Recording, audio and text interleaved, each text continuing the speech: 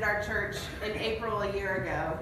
And immediately after the service, Curtis and Colin started begging to go to Guatemala.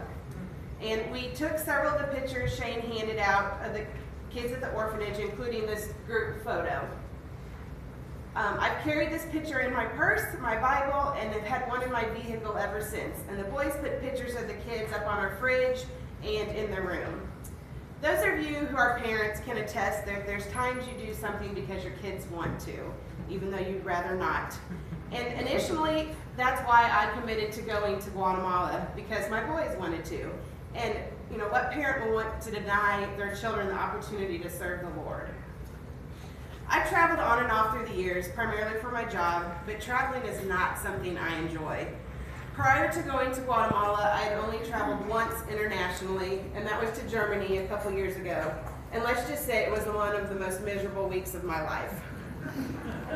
Several weeks before going to Guatemala, I was reading in Exodus 13 about when Pharaoh let the Israelites go and God led them through the wilderness.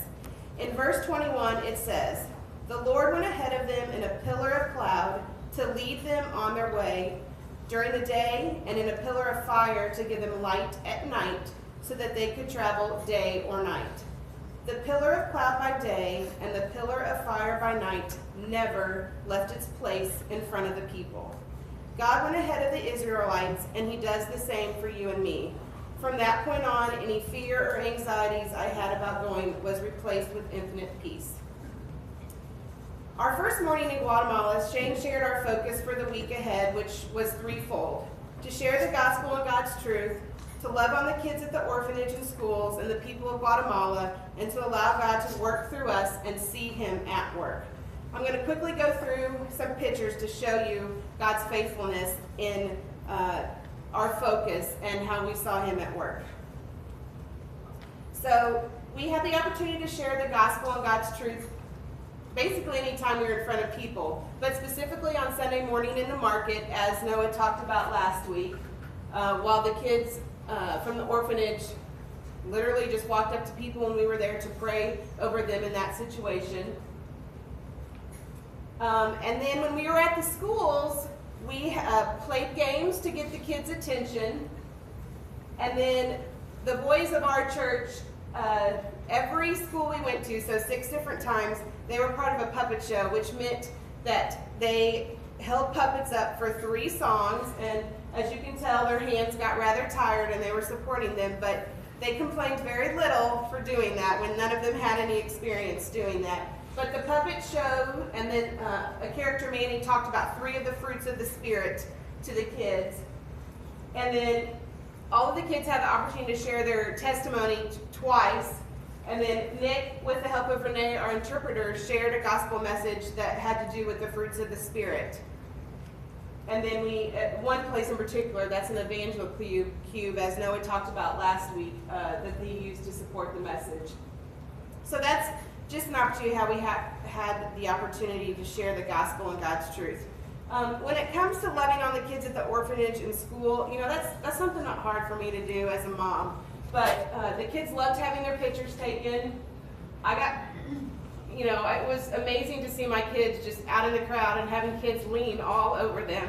Because they're not quick to do that when it's their brothers. And I got lots of hugs from little girls. I think by the second day I've had more hugs from my own kids and other kids than I had my whole life combined. I got good at taking selfies even, because they really enjoyed doing that. And again, more hugs. And again, just loving on the kids meant just doing life with them. The average age of the kids in the orphanage was 14, and the majority of them were boys, which Curtis turned 14 the week we got back. Of course, he's a little bit bigger than most of them, and when they picked on him, he would just throw them over his shoulder and pack them out. But again, it meant just doing whatever the kids wanted to do to enjoy the evening. They are as much boys as our kids are boys, and they were competitive. They did not mind giving hugs, though, at the same time either. So we played lots of games where there was grass stains, there was running, there was sweat, there was stinkiness all involved, as is the case with boys. We did crafts, and the kids, even the older boys, enjoyed that too.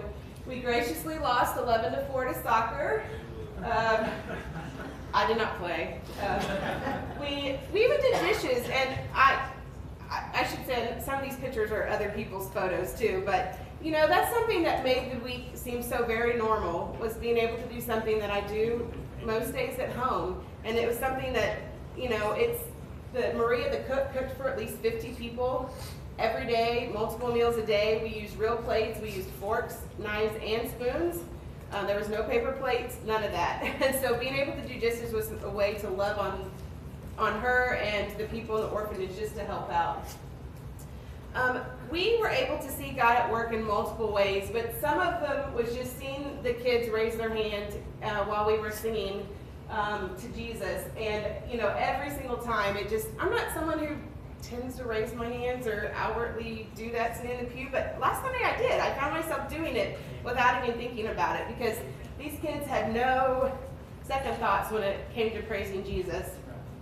And then to see their little hands folded in prayer was just, I had to open my eyes during prayer to see it, because it was just one of the sweetest things ever. And then to see the droves of kids that would come up when we gave, you know, basically an invitation. You know, I just pray whatever God was doing at that time, that they are the change that is needed for their family.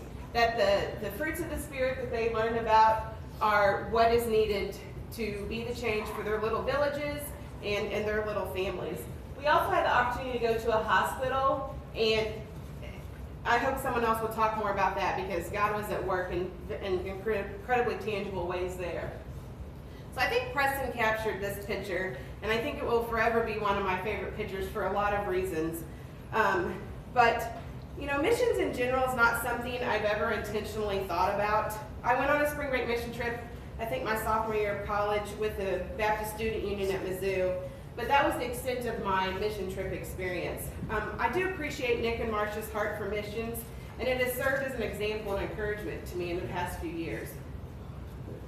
This scripture up here summarizes our week in Guatemala, but being on mission isn't something that should be limited to a week you spend visiting another community, state, or country. Being on missions doesn't mean you have to spend hundreds or even thousands of dollars to drive or fly somewhere. Being on missions doesn't mean you have to visit a group of people who look, speak, or live different than you. Being on missions is the state of your heart, your mind, your eyes, your hands, and your feet. It's waking up every morning and saying, God, use me, and then doing as he leads. The first two lines in our church motto, our passion is the gospel and our church is our family, come second nature to me most days. The third line, our world is our mission, has been more of a challenge to live out. Most days my world stretches from Callaway to Audrain County. And while that's certainly nothing wrong with that, there are times the Lord leads us to go where we've never been before. Sometimes you go because your kids want to. And then the Lord uses that opportunity to change your heart and to open your eyes. The people of Guatemala need Jesus, and I hope I can go back year after year to share Jesus with them. But you know what? The people I encounter every day need Jesus too. I don't know if I'd go so far to say my everyday life is routine, but I've gotten pretty good at going through the motions, trying to keep up with 4 boys and a husband, keep them fed and clothed, while keeping up with their activities, and then minding my professional career. I was exactly where Satan wanted me to be, so preoccupied and comfortable with life as my mission that I wasn't allowing the Lord to leave. It took a week away from my everyday life to realize the rut I was in. I want my passion to be the gospel, our church to be my family, and the world in every sense of the word to be my mission. Our mission trip to Guatemala has renewed my focus on waking up every morning and making missions top of mind. I want my eyes, ears, hands, and heart to be actively looking for ways to be on mission, and I pray the Lord leads that for you as well.